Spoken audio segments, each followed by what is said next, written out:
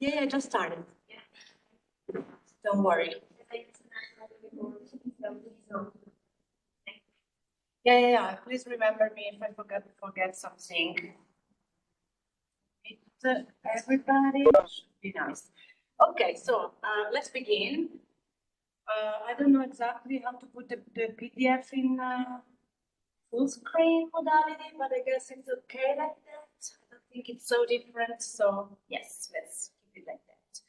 So as I told, today a brief lecture, last one, on this another transversal topic like the last two lectures we had. That is, this time it is titled Landscape as Theater of the Community. It's a little bit an attempt to put together cases that are actually also very different one from each other and taken from different times and periods in the history of landscape architecture. And some of them you will see they are very recent experiences, in order to focus a little bit on this aspect of landscape, that is the possibility, the opportunity, the potentiality that landscape can have, open spaces can have to be the places where people gather and where the community can express itself, at least some group can express themselves, and maybe some, like Lawrence Holprin, that is a very famous guy that we are talking about today, would have been saying, the potential, the creative potential of the individuals and the collectivity can be expressed. So that's why I use this metaphor of the theater, because the theater is a metaphor, very powerful metaphor that Holprin used in his work to express this idea of the city, and so the public space taken as the lieu par excellence of the city, not the locus par excellence of the city, as the place in which the creative potential of the people, of individual collectivity, groups, communities can express and can in a way be triggered. So let's see a little bit the examples through which we are going to go. So the metaphor, that's why I use the metaphor of the theater, so sometimes I will see some screens to pass from one topic to another. It would be, maybe seems strange to begin with the Robin Hood Gardens by the Smithsons, but I guess that it's a good point to make a reflection about how the idea of sort of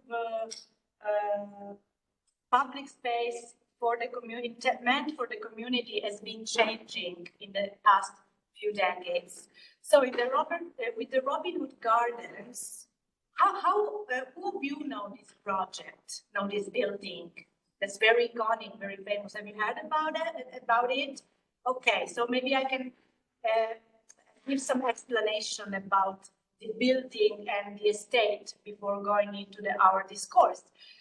The Robin Hood Gardens are one of the most iconic housing estates of the end of the 60s and the beginning of the 70s, realized by a couple of architects that are very important English architects, part of the Team 10, let's say, some of the protagonists of the last phase of the International Congresses of Modern Architecture, the phase in which the orthodoxy of the modern movement has been questioned.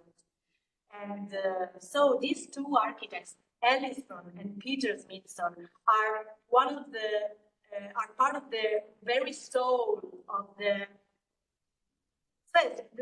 revolution that happened inside the Shia in the Second World War period, and brought to the dissolution of the Shia at the end of the 50s.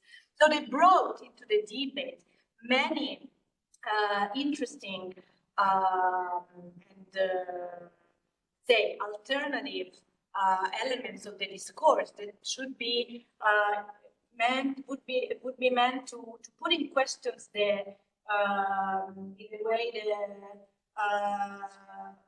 functional based way of approaching architecture that the modern movement have been using. Of course, this is a very big simplification, but we use didactic simplifications just to understand each other. Of course, then there are nuances in this. There is a lot of Le Corbusier in Robin Hood Gardens and in many other projects by the Smithson. Anyway, we are in a very rich period that from the 50s onwards brought to the design of some of the most important experiences in housing estate for the poor or for the low income class, or for the, let's say, popular housing, say today, social housing, actually, we say today. This complex in particular was completed in 1972. And this is a very iconic image of the complex, because the complex is organized according to this kind of plan. Okay, there are two residential blocks that are creating an open courtyard, characterized, maybe you would remember the Montestella or some other rationalist experiences of the end of the 40s, by landscape intervention. That is this mall characterized by some mound and a small hill that was really meant to be the core of the composition. So you can see the plan here, and you can see how the very core of the composition is the landscape intervention, around which the two housing estates, the two housing blocks face each other. So this photo really expresses this will by Ellison and Peter Smithson to create a housing estate based on fabrication techniques, on multi-stories models, modernist models of housing, but with the very core of a landscape intervention that was meant to be the core of the public life of the community, in a way retaking some of the experiences of the Siedlungen of the period between the two world wars in Austria, in Germany, etc. It's something that we, of course, didn't have time to see in our course, but maybe have heard in other courses. Down the Red Bean, etc. Or Frankfurter, say the experience of Erdmail, Frankfurt, etc. Anyway,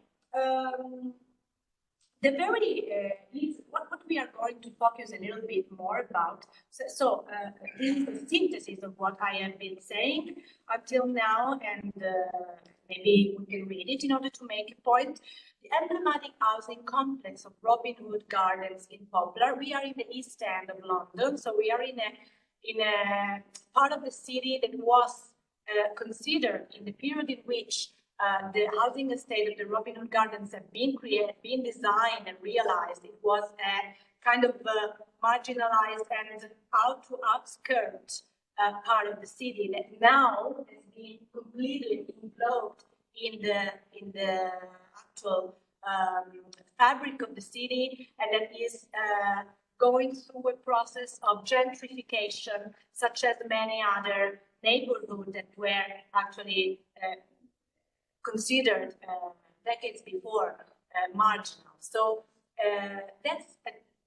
this process is at the basis of the phenomenon that we're going to deal with today, is the recent elimination, the recent destruction and demolition of the Robin Hood Gardens. That is a very interesting phenomenon in order to understand, to think about this utopia. Why this intervention, and to which extent it could be considered utopian?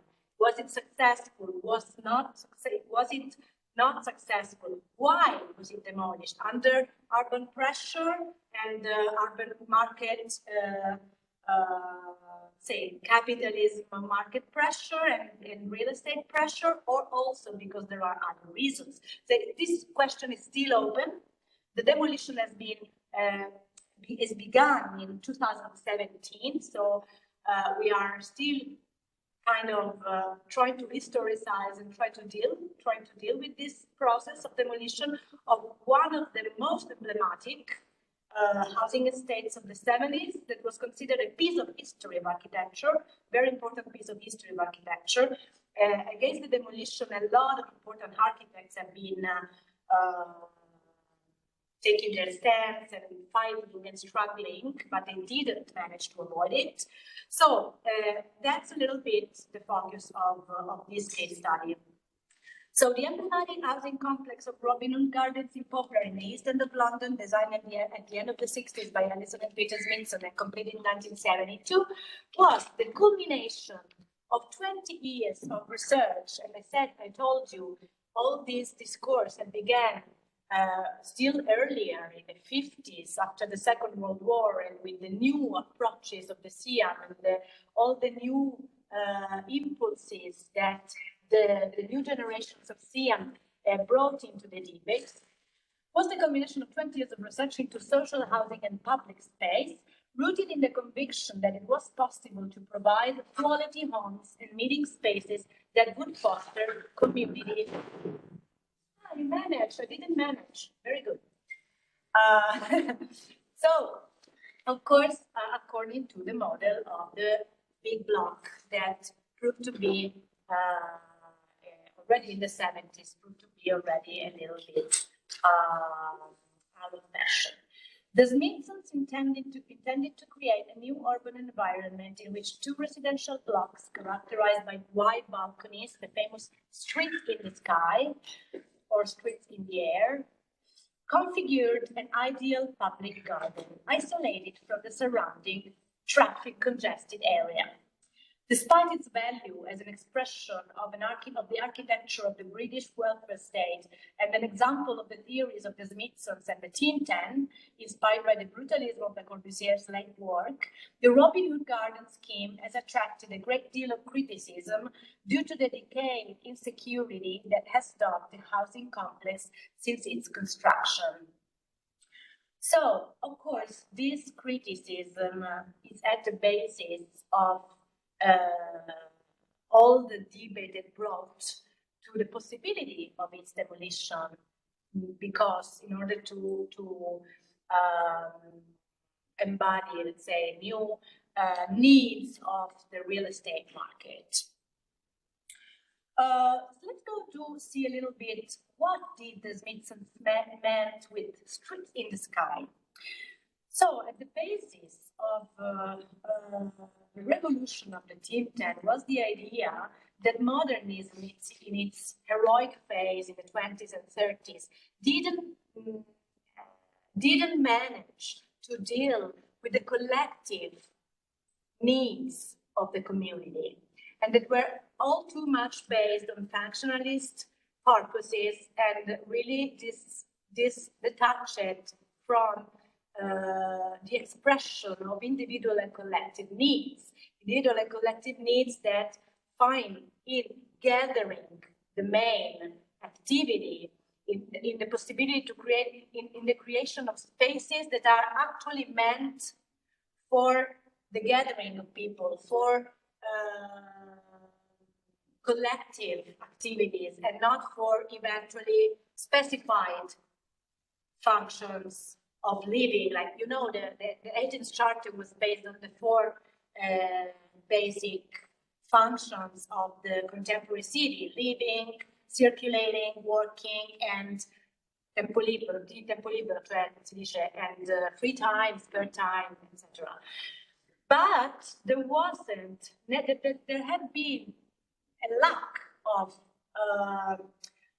attention toward the basic needs of the community and the different groups, the different individuals, to have spaces that were meant for nothing than for being together, or for eventually appropriating the space for collective purposes, or for the expression of psychological, emotional needs. So from this new care toward these kind of aspects of the urban life, for example, stems all the discussion, the very rich discussion about urban cores, about the civic centers of the city. But if we go to the scale of the single estate, of the single building, the focus is now on the collective spaces. And for the Smithsonian, we say this is a sort of attempt to put together the model, the modernist model of the housing block, together with this new this new attention to public to collective space. And what is the idea, the basis of this project by the Smithsonian? It was already proposed in the Golden Lake project, never realized for London, for the bombed parts of London after the Second World War. It is to take, in a way, the corridor, the corridor of the Unité d'Habitation by Le Corbusier, the prototype of which is in Marseille, but there are plenty, there are several realized around France and one in Berlin. Of course, you know them. Take the Rue Corridor of the Unité d'Habitation Le Corbusier and bring it outside the building. So it is not anymore a corridor, but it is a street in the sky. The name tells you a lot about the intention of bringing this street out in a, we would call it in Italian ballatoio. The English name for this, it's a sort of, exterior circulation street. And this neologism of streets in the sky and the drawings that the Smithsonian proposed of this space, of this external space, narrates about a kind of approach that was meant to recreate urbanity, to recreate a sort of urban effect on the outside circulation path of the buildings. So the streets in the sky are called streets and not paths because they are meant to recreate the vitality of the streets in the city, in the building, at the scale of the building. Exactly as Le Corbusier meant to do with the Unité d'Habitation, but on the exterior, in communication with landscape, with this in-between space characterized by this garden and mounds and this kind of completely invented artificial landscape that was uniting and putting together these two blocks. Of course,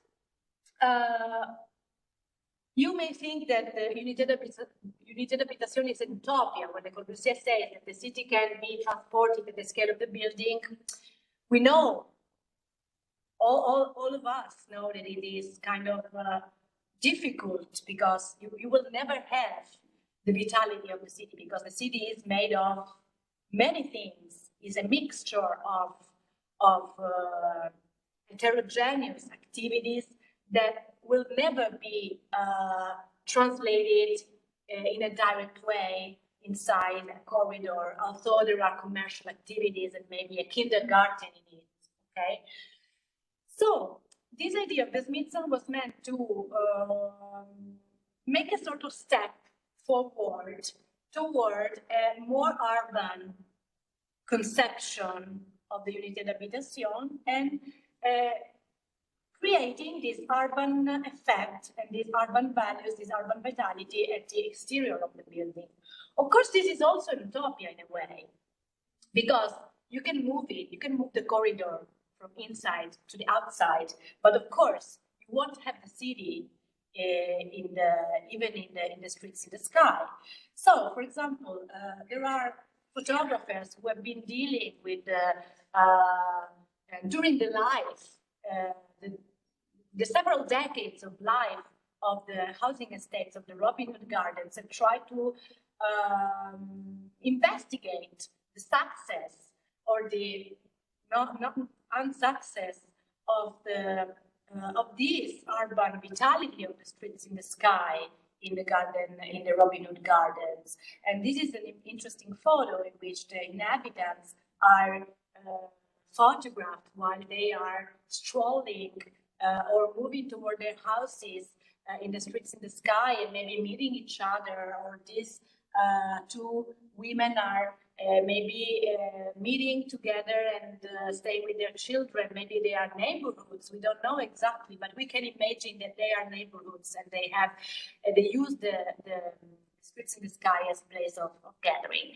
Of course, there have been a big discussion about the reality, let's say, the success of this operation, because not only because of the stigma that insisted on the housing units from a certain moment onwards, especially from the moment in which Jean-Jacques announced the end of modernism, when the big housing estate by the same architect, same Japanese architect of the Twin Towers, I don't remember his name in this moment, have been destroyed in St. Louis. But at the same time, it's interesting to think a little bit about how, let's say, how much is the shape of the architecture or architecture itself having an effect on the way in which the building is used, and how much is, for example, the marginalization, urban marginalization of a certain estate being having an effect on the kind of views on the success of this operation. For example, in particular, the fact that the Robin Hood Gardens has been inhabited by very low income stratas of the population that didn't have money to take care of their public spaces, and that has been a very rapid process of decay of the public spaces of the building, tells us a lot about the limits of this operation. But the limits is not only in the architecture. The limits is also in, say, in society itself, in the conception of the separated housing estates itself. So this discourse is very difficult. Maybe I'm messing up a little bit because there are too many things at stake. Anyway, it is interesting to see how the Robin Hood Gardens, although the attempt to create an housing estate that would have responded to the needs of the community, to give housings that are eventually very livable and very interesting, also in the interior of the apartments for a very low income population, has been characterized, as many housing estates of this period, by a huge stigma by many stratas of by the media, by the citizens, by politicians, etc. And this process has brought to the eventual demolition of the Robin Hood Gardens. Of course, these are images that are very powerful because you can see, in a way, the Robin Hood Gardens in this middle way between, between its presence and its complete disappearance. So in a state of ruin, that allows us to perceive it differently for this moment of the, it's if we are assisting to the destruction, and we have a still frame of its crollo, come si dice, of its destruction, And in this still frame, we can see a sort of suggestion for a solution for this kind of housing estates. For example, in Berlin or in other places, there have been a lot of attempts, or in the United Kingdom as well, in Britain as well, a lot of attempts to intervene on the housing blocks by fragmenting the block and creating a sort of urban fabric on the ground floor. We have a lot of examples of this attitude. Maybe you have heard some of them, and most of the times the way of intervening in these huge housing blocks is to fragment the block, to create interruptions in the block and to intervene on the ground floor. So this image of the demolition is very powerful because in a way it's like it is suggesting, it's creating a skyline, it's introducing some more contemporary suggestion in terms of architectural image. Maybe, according to me, it can make us think about some colors, architecture. So there are plenty of suggestions and of interesting inspirations in the image of the demolition. It's interesting to say that the Victoria and Albert Museum acquired a piece of the facade of the Robin Hood Gardens according to their use of acquiring pieces of ruins of important buildings for their collection, and they exhibited this piece of the facade in the Venice Biennale. You see it here. This is the real piece of the facade that was acquired by the Victoria and Albert during the demolition works of the Robin Hood Gardens, and that were exhibited in the Venice Biennale in the Arsenale in a structure projected, designed by Ove Arup, for this exhibition that was called A Ruin in Reverse. It was erected in the grounds of the Arsenale in Venice, and visitors were able to climb onto a section of one of the emblematic streets in the sky. These walkways intended to foster community life among the residents. And together with this installation, part of this exhibition, A Ruin in Reverse, curated by the Victoria and Albert for the Venice Biennale, was this video installation by this Korean artist, Do Ho-soo, which was very, very interesting and very inspiring because it documented the moment of demolition of the Robin Hood Gardens and before the demolition, through interviews to the inhabitants and through this very huge, this was the video, the huge installation of the video, in which they went outside and inside the building, and through a section of the building it allowed to see inside every single apartment, and talking to the residents and see how all the residents have been appropriating the spaces of the apartments in different ways, and many of them were talking about the fact that they were living very well in the Robin Hood Gardens, and they were really upset for the demolition of this icon of that was, for them it wasn't an icon, but it was actually their home. So in this video, it was projected on a 13-meter wide screen. The camera moves along the different floors and seems to dissect the building, revealing the lives of its residents through the domestic interiors contained in the modular grid. So here we see an image of the video in the parts of the video in which it enters the apartments, and they break this facade. Joking, let's say, playing on this idea of the ruin as if a part of the facade has been already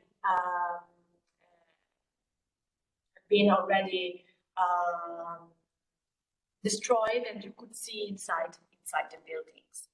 So, just to go on this season of failures, we can say, or maybe failures. Of course, this is, I wouldn't say in a so peremptory way that they are failures. I would say that, of course, this season of post, let's say, modernist housing estates of the 70s, 60s and 70s have been, has now been, are now a heritage that we have to deal with. So constitute now for us a very huge building area, built heritage, something existing, something that we should deal with exactly as we did with a very long disciplinary discourse with the historical centers. Okay, we have developed in many centuries of architectural debate discourse, theoretical discourse on historical buildings, the practices and principles according to which we today intervene in the historical heritage. But the new topic, the new issue on the at stake now in this precise moment, in these past few decades, is how to deal and to develop principles and practices able to deal with this heritage, with this part of our built heritage. That is very important, that is very big, and that could be treated, that could be used, that could be maybe transformed in a sensible way instead of being destroyed and demolished and made disappearing from the earth, from the surface of the earth, if you know what I mean. So I want to show you a very small but radical experiment that has been conducted on one of the housing estates that we have been studying during the course, because we have been talking about the Zen by Rigotti, if you remember, in one of our lectures during the course. So I give for granted in a way that you know what we are talking about. We are in Palermo, in the south of Italy, in Sicily, and this is this neighborhood that has been it's in a way the product of the of this great season of the megastructural season that we try to investigate a little bit in the course, and of this idea of the forma del territorio, of the shape of the territory, of the paesaggio anthropogeographic landscape that Rigotti proposed during the 60s, in the mid-60s, if you remember. This radical experiment has been conducted in 2018, so maybe you have been following this this occasion, this exhibition. It was when the art exhibition Manifesta has been settled in Palermo in 2018. It's a biennial great exhibition of art, contemporary art, and the topic of 2018 Manifesta was the planetary garden. So it was an idea that was taken from the theoretical baggage of Gilles Clément that we also dealt with this semester. And in this case, we see precisely the contribution, the personal contribution by Gilles Clément in a very small intervention that was part of Manifesta. Okay, so we are in the Zen neighborhood. We are in the outskirts of Palermo. We are in a very segregated part of a neighborhood, social housing estate that is considered to be kind of no-go place for most of the population of the citizens of the other parts of Palermo. Let's say nobody living in the center of Palermo would go to the Zen without having fear to be robbed or to be I don't know what, and so it's a place that is actually characterized by a very strong and violent stigmatization, social stigmatization, and that this very small landscape intervention has been trying to question, that has been trying to put again into the discourse of the city, integrating into the discourse of the city, trying to make of the Zen a point of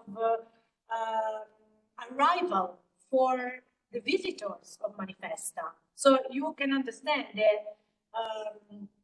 reversal of perception that an operation like that can entail in a neighborhood like that. Nobody used to go there unless the people who actually live there, and the people who actually live there really saw in a bad way the people who came from other parts of the city, because it's really a strong feeling of being something different, okay, from the rest of the city, a sort of island of in which the law is in a way suspended, okay. And in these few months, which Manifesta was settled in Palermo, tourists, citizens, all the visitors of Manifesta was actually going to the Zen and actually visiting the small garden conceived by Gilles Clément. And there is another interesting thing that I would like to specify passing from the Robin Hood Gardens to the Zen. Because, okay, the Robin Hood Gardens has been demolished.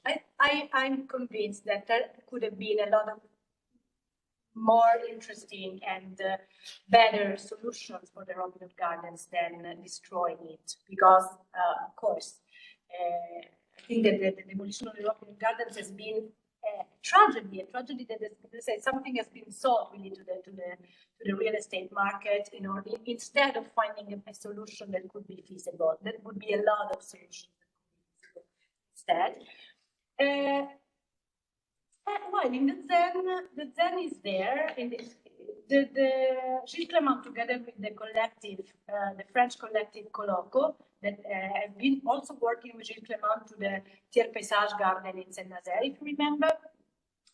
They have been starting from what is there. Okay, the Zen is there. There have been a lot of discussions about the opportunity to demolish the Zen, but fortunately, until this moment, nobody has actually concretized this demolition.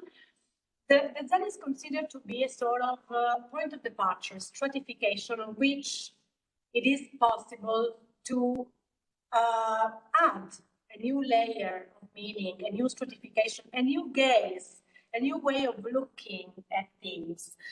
And the paradigm of a soft intervention of landscape is interesting in this case, because they haven't been working with, I don't know, demolition of some small parts, or eventually permanent interventions.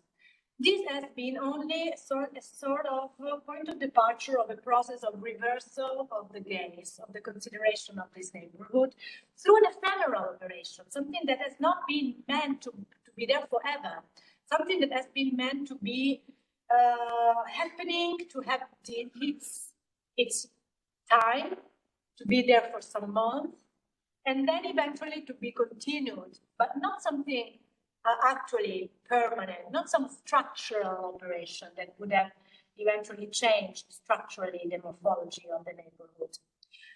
And the other interesting thing about this, the use of the choosing of the landscape paradigm instead than other kind of operation, is the fact that it is insisting on the ground floor. So we are not, for example, in the Zen, if you remember a little bit how it is organized, there should have been a spine of public or collective activities that haven't been realized, the streets, and then the insula. And inside the insula, the courtyards, the inner courtyards of each insula are elevated and in a way private. They are the collective spaces for the insula, but separated by the street. And this was actually one of the critic points of the Zen. So the fact that this intervention is actually only insisting on the ground floor is meaningful, because we are not talking about the super elevated courtyards or the streets in the sky like the Smithsons, for example, did. We are talking about operating on the ground floor. The ground floor is the actual spine of public connections of the neighborhood. Is where the real community life can happen. So this okay. So you remember maybe the drawing the famous drawing by Franco Purini, which then was portrayed as this kind of analogon of the historical center, dialoguing with the morphology of the mountains. So in a air view that was very meaningful of the approach of those years, in which you remember the lecture about the forma del territorio, the shape of the territory in 1966, the famous issue of Edilizia Moderna was spreading this idea of the figurative potential of landscape, of territory, of the morphological, in this case of the morphology of the neighborhood, together in dialogue with the morphology of the geographical setting. Okay, we have the mountains here, we have the countryside, and we have this urban fabric that is resembling in a way the urban fabric of the historical center, based on this very dense orthogonal fabric. You remember a little bit these discourses we already did them. So we are for Manifesta. We are here. This is the plan of the neighborhood, and this red sign is the site where Gilles Clément and Colocco inserted their so-called Becoming Garden in the occasion of Manifesta in 2018. So we are in one of the sort of slices of one of the uncompleted insulae that was used before as a sort of garbage or parking lot, and it was reconquered to the citizens, to the inhabitants, for this very small public garden. So the presence in Palermo of the Biennial of Contemporary Art, Manifesta 12, has provided the opportunity to create a bit of third landscape in the much criticized social housing district known as Zen, built in the 70s by the Gregotti Associati Studio and based on the idea of a new town divided up into insulae and ideally connected to the urban center. The district, occupied by its residents even before its completion and today subject to grave urban and social degradation, has been the setting for the Becoming Garden installation, conceived by the French collective Colocco Gilles Clément and created through a series of workshops in which people of the area have been actively involved. The inhabitants and volunteers have seen the new garden take shape as a result of their daily efforts, so that it now contains olives, pomegranates, almonds, peaches, prickly pears, carrots, myrtles, lemons, etc., along with a small vegetable garden. The experience presages a new way of living in and benefiting from the district, encouraging an attitude of appropriation and rehabilitation of its spaces as assets of the community through a simple act of landscaping. So, if we go, for example, these are photos. This also trying to see the way in which it was described in the photographs is interesting. This is a service that photographic essay, we can say, that Roberto Collova, an architect from Palermo, has been realizing for Lotus Magazine in 2018. And if you observe these photos, we see a shift of paradigm in the way in which the Zen has been usually represented. The way in which the Zen has been usually represented has always been recalling this idea of the looking from upside down, say, of looking from, trying to replicate the air view of the drawing by Purini, something which focuses on the compactness of this urban morphology that is proudly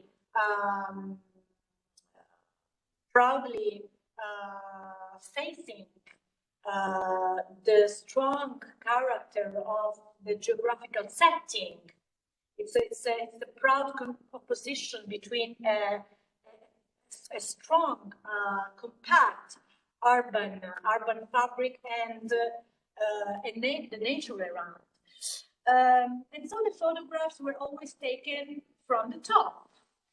In this case, we assist conceptually, and so the photographs are only for us the way to focus on this conceptual shift, a movement from top to down, to bottom, a sort of landing on the ground, okay? From the vision, from the aerial vision, we have a landing on the ground, and we are observing what is happening at the level of the ground, with people collaborating to create this very small piece of garden, ideal garden, in one of the leftovers of the insula of the Zen.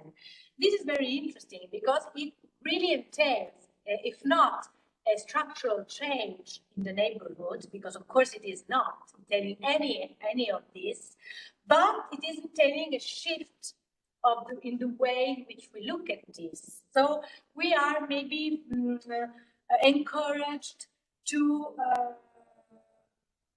maybe to give it a new hope, to go there and to see that something can happen from bottom up, with the help of the population, with the collaboration of the inhabitants of the neighborhood. So actually the workshops that, according to the project of Roger Clement, Colloquio has been realizing in the area, has been also been supported by several associations that were active in the neighborhood since a few years. So it is a process that is involving something longer than only the months of Manifesta, a process that has been going on since decades through the commitment of local associations, that has been who has been involved in this operation and who has been